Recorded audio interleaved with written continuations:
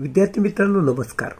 ME computer engineering operations रिसर्चच्या lecture सिरीजमध्ये मागील भागात आपण to draw a network diagram to determine critical path and total float यावर आधारित एक एक्झाम्पल पाहिलं होतं.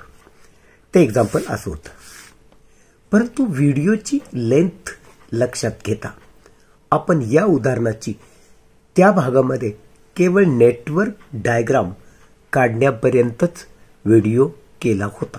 आजच्या लेक्चरला आपण क्रिटिकल पाथ आणि टोटल फ्लोट याच उदाहरणाला पुढे कंटिन्यू करत आहोत. तर चला व्हिडिओला सुरुवात करूया. आम्हाला टोटल फ्लोट काढायचा आहे. या टोटल फ्लोट साठी हा तक्ता आम्हाला बनवावा लागतो. यामध्ये मूळ जो टेबल होता त्यातल्या ऍक्टिव्हिटीज आपण लिहिल्या 1 to 2, 1 to 4, 1 to 7 वगैरे वगैरे वगैरे, आणि त्यांचे ड्युरेशन पण या इथे लिहिले. जे आपल्याला मूळ डेटामध्ये दिले होते ते ड्युरेशन 1 to 2 किती 3, 1 to 4 किती 2 असं आपण लिहून घेतलं.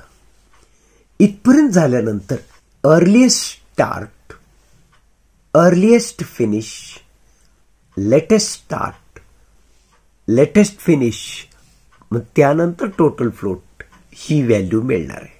म्हणून हे आम्हाला विचारलेले टोटल फ्लोट ते काढण्यासाठी आपण सर्वप्रथम हा तक्ता कसा बनवला ते समजून घेऊया. आता लक्षात ठेवा, अर्लिएस्ट स्टार्ट म्हणजे काय? ईच्या व्हॅल्यू कुणाच्या? टेल नोड्सच्या. ह्याच्या इव्हेंट आहेत नोड्स. हे आहे टेल, हे आहे हेड, हे आहे टेल, हे आहे हेड इव्हेंट. हे लक्षात ठेवा. मग या टेल इव्हेंटच्या म्हणजे टेल नोडच्या ईच्या व्हॅल्यू तुला या इथे लिहायच्या आहेत. इथे किती आहे? 1. ईची व्हॅल्यू 1 ला किती होती? 0. इथे किती आहे? 1, 0. इथे किती आहे? 1, 0 येणार. त्यानंतर टेल इव्हेंट आहे 2.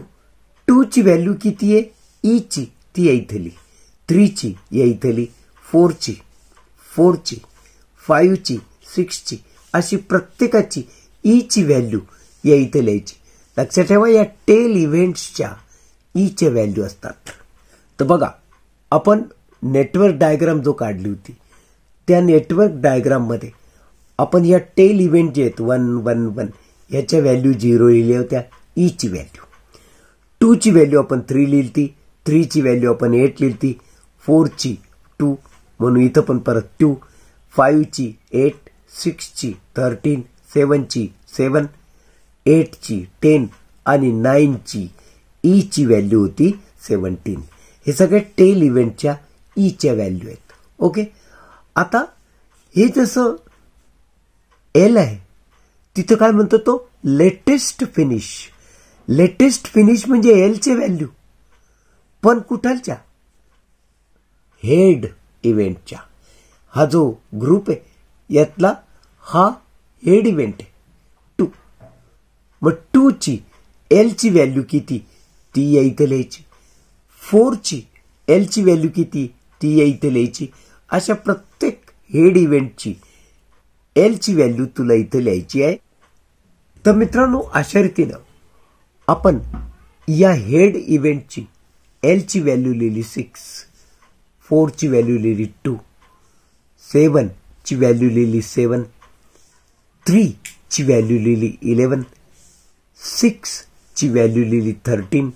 अशा रीतीनं नेटवर्क डायग्राम मध्ये प्रत्येक नोड हा जो आहे हे हेड इव्हेंट आहेत, यांच्या नोडची तुला एलची व्हॅल्यू या इथे लिहायची, जी मी इथं बघून लिहिलेली आहे. ओके.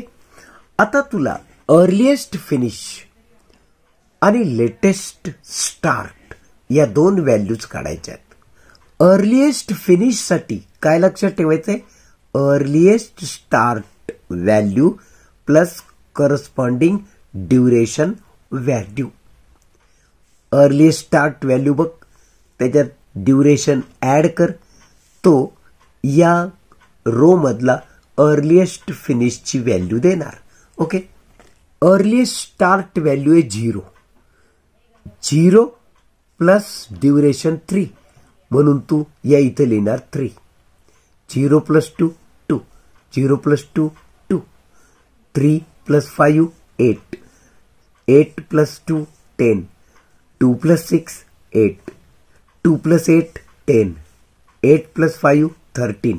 अशा रीतीनं ही ॲडिशन आपण या इथे लिहिणार आहोत.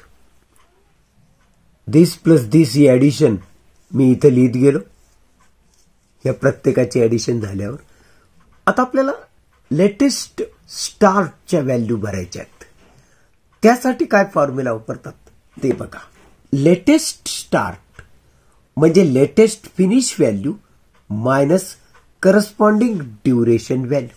6 मायनस 3 इथं लिहिशील 3, 2 मायनस 2 इथं लिहिशील 0, 7 मायनस 2 इथं लिहिशील 5, 11 मायनस 5 इथं लिहिशील 6, 13 मायनस 2 इथं लिहिशील 11. अशा पद्धतीने आपण या व्हॅल्यूज लिहिणार आहोत. आपण या लेटेस्ट स्टार्ट या कॉलमच्या पण व्हॅल्यूज भरलेल्या आहेत. आता आपल्याला काढायचं आहे टोटल फ्लोट. टोटल फ्लोटची व्हॅल्यू काढताना latest finish value minus earliest finish value. Latest आणि अर्लिएस्ट फिनिश व्हॅल्यूंची वजाबाकी त्या रो मधल्या एलिमेंटची करायची, किंवा latest start value minus earliest start value. Latest किंवा अर्लिएस्ट स्टार्ट व्हॅल्यू ज्या आहेत त्यांची सबट्रॅक्शन केली तरी हेच उत्तर येतं. ओके, बघूया आपण. लेटेस्ट फिनिश, अर्लिएस्ट फिनिश ही वजाबाकी या इथे लिहायची. 6 minus 3 3, 2 minus 2 0, 7 minus 2 5, 11 minus 8 3, 13 minus 10 3, 8 minus 8 0, 11 minus 10 1, 13 minus 13 0, 17 minus 17 0, 11 minus 11 0, 17 minus 16 1 आणि 20 minus 20 0. ओके, तर अशा रीतीनं मित्रांनो आपण लेटेस्ट फिनिश आणि अर्लिएस्ट फिनिश ही मायनस ही वजाबाकी केली. हेच उत्तर तुम्ही लेटेस्ट स्टार्ट आणि अर्लिएस्ट स्टार्ट या वजाबाकीने केलं तरी तेच उत्तर येणार. 3 minus 0 3, 0 minus 0 0, 5 minus 0 5, 6 minus 3 3, 11 minus 8 3, 2 minus 2 0, 3 minus 2 1, 8 minus 8 0, 13 minus 13 0, 7 minus 7 0, 11 minus 10 1, and finally 17 minus 17 0. तर मित्रांनो टोटल फ्लोट व्हॅल्यू आम्हाला काढायला सांगितल्या होत्या त्या या टोटल फ्लोट व्हॅल्यूज होय. आता फायनल काय तर आपण क्रिटिकल पाथ आणि ड्युरेशन काढणार आहोत. तर मित्रांनो तुम्हाला माहिती आहे क्रिटिकल पाथ आपण 1 to 4, 4 to 5, 5 to 6, 6 to 9 आणि 9 to 10 असा लिहिलेला आहे. मग त्यांच्या ड्युरेशनची जर ॲडिशन केली तर टोटल ड्युरेशन कळतं. 2 प्लस 6 प्लस 5 प्लस 4 प्लस 3 ही ॲडिशन म्हणजे टोटल ड्युरेशन. तर अशा रीतीने critical path 1 to 4, 4 to 5, 5 to 6, 6 to 9 and 9 to 10. This is critical path. Now duration to complete the project काय लिहिणार? 1 to 4 2 होता, 4 to 5 6, 5 to 6 5, 6 to 9 4 आणि 9 to 10 3 duration. Total झाली 20 units. That mean 20 hours, 20 weeks जे काही असेल ते 20. ओके मित्रांनो, आजचे लेक्चर आपण क्रिटिकल पाथ आणि to determine total float out या टाईपचं एक एक्झाम्पल पाहिलं. भेटूया पुढच्या लेक्चरमध्ये. तोपर्यंत मला निरोप द्या. नमस्कार.